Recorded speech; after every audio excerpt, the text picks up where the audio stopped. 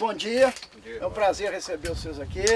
Eu sou José do Socorro, trabalho na Emater, Varginha, mais de 40 anos. Depois que passo dos 40 já passo, para de contar, né? Não é de idade não, viu? 41. É de quarteira. Então é o seguinte, nós hoje aqui vamos conversar sobre água. Então vocês estão ouvindo o café, eu acredito que tem tudo a ver com a água, né? Até para fazer a xícara final, nós precisamos da água. Então, vocês todos são produtores rurais? Todo mundo produtor rural? Todo mundo? Você é da cidade, você uma hora você ainda vai para a roça. Não, mas eu sou estudante. Ah, então, beleza, tá ligado. Então, todo mundo concorda que vocês, produtores rurais, são produtores de água? Concorda? Concorda? Por quê? Por que vocês são produtores de água? Manejo. Manejo. O que mais? A nascente fica lá também. Então, a nascente na sua propriedade. Então a água como pelo Código das Águas, a água é um bem comum, de finito, que acaba. A água, na verdade, não acaba. A água muda. Você vê, ela muda de estado líquido para gasoso, para sólido. Então ela sai daqui, muda. Hoje ela é potável, amanhã ela deixa de ser potável. Mas ela não acaba. É o ciclo da água, né? Então o produtor de água, como ele falou, propriedade, o manejo. Então eu acredito que os senhores são produtores rurais, só produtor de água, quando conserva essa água, quando cuida da nascente, quando cuida do córrego que passa pela propriedade. Nós todos que somos produtores rurais, nós sabemos, não vive sem água.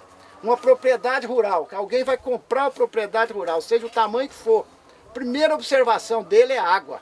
Primeiro que é topografia, fertilidade, tudo, é a água. Tem água, se não tiver, ele nem vai lá e nem pergunta mais. Aí o seguinte, então nós aqui hoje, a missão nossa, conversar com vocês sobre a retenção de água no solo. Para quê? Para ela infiltrar, para nós alimentar o lençol freático, para nós alimentar o solo que é a esponja, ele que segura a água. Então você é produtor de água e aqui nós vamos falar de colher água. Eu fico muito feliz em Varginha, fazendo uma visita recente agora, o menino está terminando, o moço novo, ele está terminando de fazer a estrutura dele, tudo estrutura metálica, construção grande de armazenamento, a parte de máquina, todo o telhado dele. Então o que ele fez?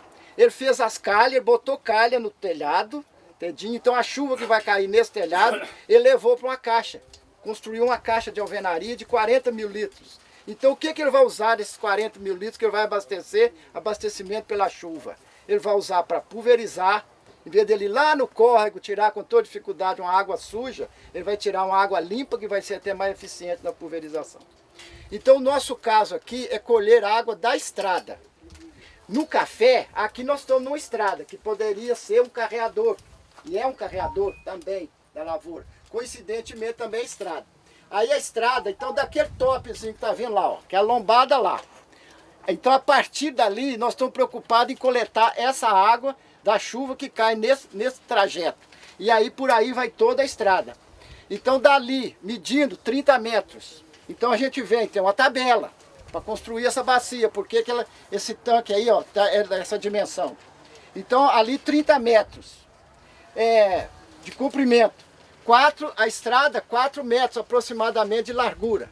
30 vezes 4, 120. Cai uma chuva de 100 milímetros. Que nós já estamos com saudade às vezes, né? Não tem muita saudade também de chuva 100 milímetros, não, conforme. Hoje ela é mais prejudicial, é brava. Então a gente calcula 100 milímetros, que é uma chuva que a estrada não tem capacidade, o solo de absorver, de infiltrar. Então quem é da região, o último ano nosso, esse último ano que eu falo, os últimos 12 meses, choveu perfeitamente bem na região nossa aqui de Varginha. A gente estava aqui. Então eu fui lá no Procafé, você vê lá na estação lá, choveu. Em Varginha 1011 milímetros, bem distribuído. Você vê que as lavouras estão em bom estado. Nós não tivemos assim problema de déficit hídrico esse ano. Mas mesmo assim ela é concentrada. 60% dessa chuva caiu em outubro, novembro, dezembro e janeiro.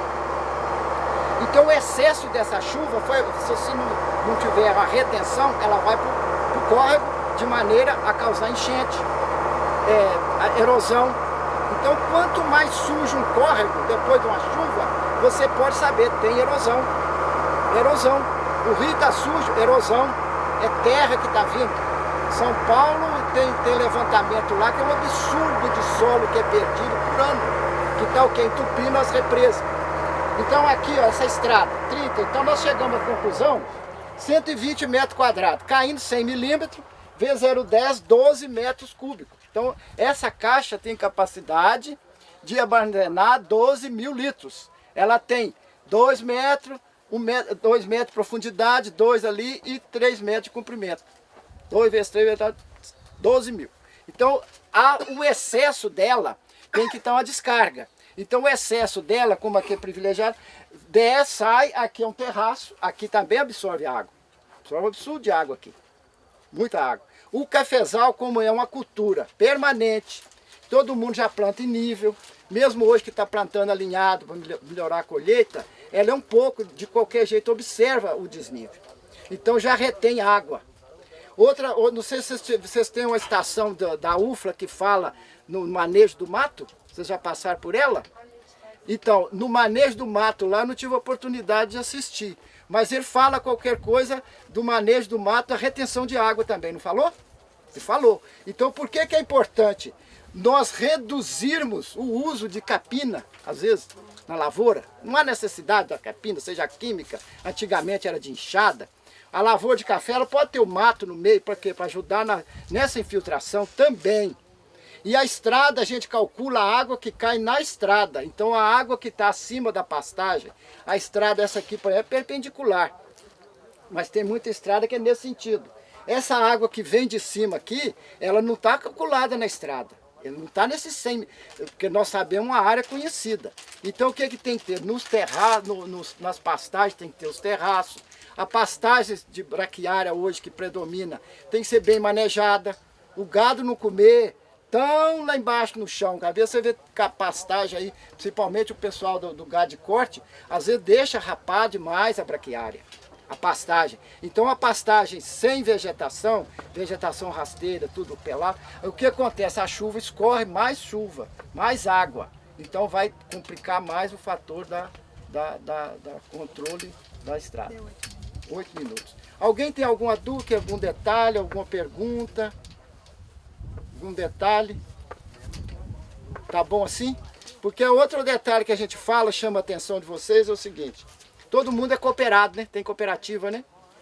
Então nós temos muito, a gente chama muita atenção do agricultor. Nós temos trabalho de meio ambiente em Varginha desde a partir da Eco 92, que começou a despertar. Então o Ministério do Meio Ambiente, o governo, de vez em quando lança programas ambientais, até de verba. Não é? Então, por exemplo, lá em Varginha agora nós temos água boa, que é a ideia que veio de fora. Então muitas vezes o produtor rural, proprietário, ele tem que ser aberto a esses programas. Porque a cooperativa, por exemplo, a gente fica feliz, porque a cooperativa, quando ela está começando a preocupar com a tal da sustentabilidade.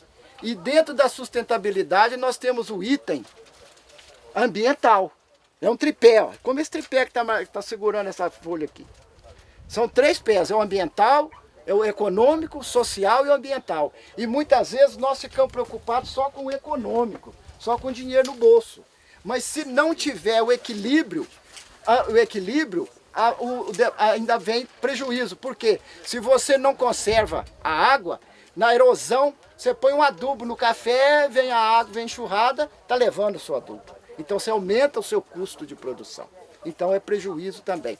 Então eu estou falando da cooperativa, porque se vocês são cooperados, propõe para a cooperativa participar de programas assim também. Programa ambiental, porque o meio ambiente ele é antipático, ninguém é simpático. Fala em meio ambiente, ele pensa em polícia florestal, ele pensa em fiscal que vai lá, que vai encher a paciência, que vai multar. Então ficar atento, ouvir a própria cooperativa participar de de eventos também ambientais e de programas. Né?